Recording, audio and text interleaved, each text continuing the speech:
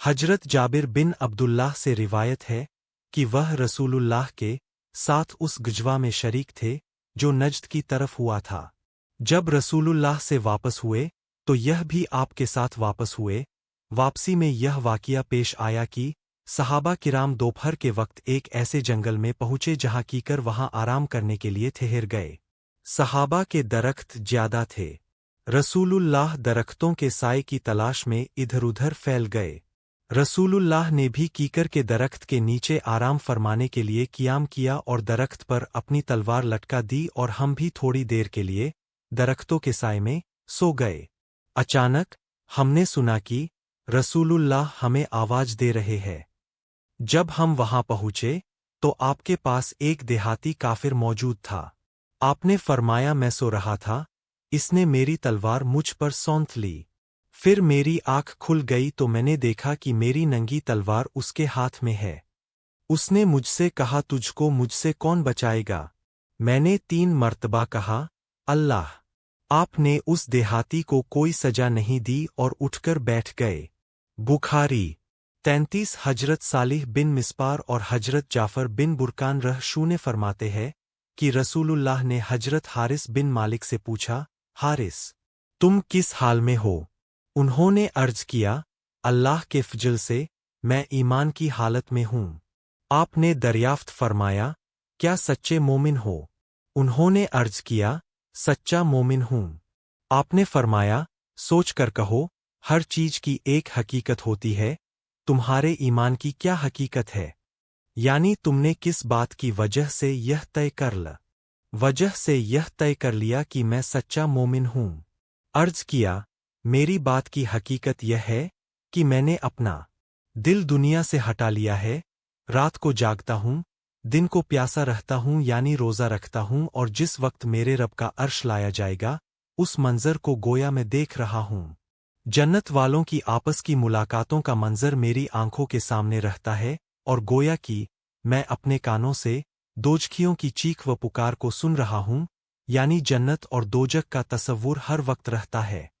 आपने उनकी इस गुफ्तगू को सुनकर इरशाद फरमाया, हारिस ऐसे मोमिन है जिनका दिल ईमान के नूर से रोशन हो चुका है। 34। हजरत माइज से रिवायत है कि रसूलुल्लाह से दरियाफ्त किया गया कि आमाल में से कौन सा अमल सबसे अफजल है। आपने इरशाद फरमाया, आमाल में सबसे अफजल अमल अल्लाह ताला पर ईमान लाना है जो अकेले फिर जिहाद करना, फिर मकबूल हज। इन आमाल और बाकी आमाल में फजीलत का इतना फ़र्क है जितना कि मरिक व मगरिब के दरमियान फासले का फ़र्क है।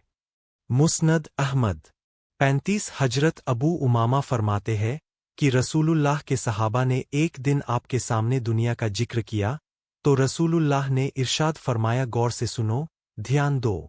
यकीनन सादगी ईमान का हिस्सा है, यकीनन सादगी ईमान का हिस्सा है। अबू दाऊद।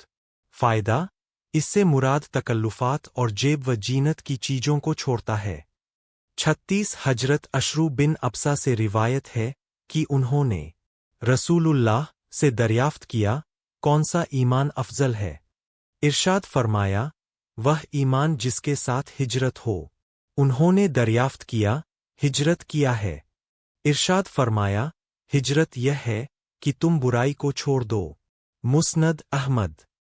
हजरत सुफियान बिन अब्दुल्लाह सक्की फरमाते हैं कि मैंने अर्ज किया, या रसूलुल्लाह, मुझको इस्लाम की कोई ऐसी जामे बात बता दीजिए कि आपके बताने के बाद फिर इस सिलसिले में मुझे किसी दूसरे से पूछने की जरूरत बाकी न रहे।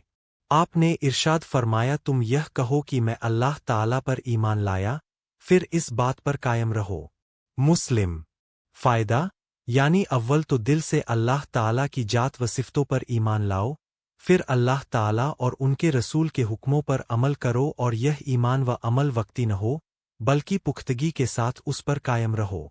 38। हजरत अब्दुल्लाह बिन अशरू बिन आस रज़ियल्लाहु अन्हुमा से रिवायत है कि रसूलुल्लाह ने इरशाद फरमाया, ईमान तुम्हारे दिलों में उसी तरह पुराना और कमजोर हो जाता है जिस तरह कपड़ा पुराना हो जाता है। लिहाजा अल्लाह ताला से दुआ किया करो कि वह तुम्हारे दिलों में ईमान को ताजा रखें।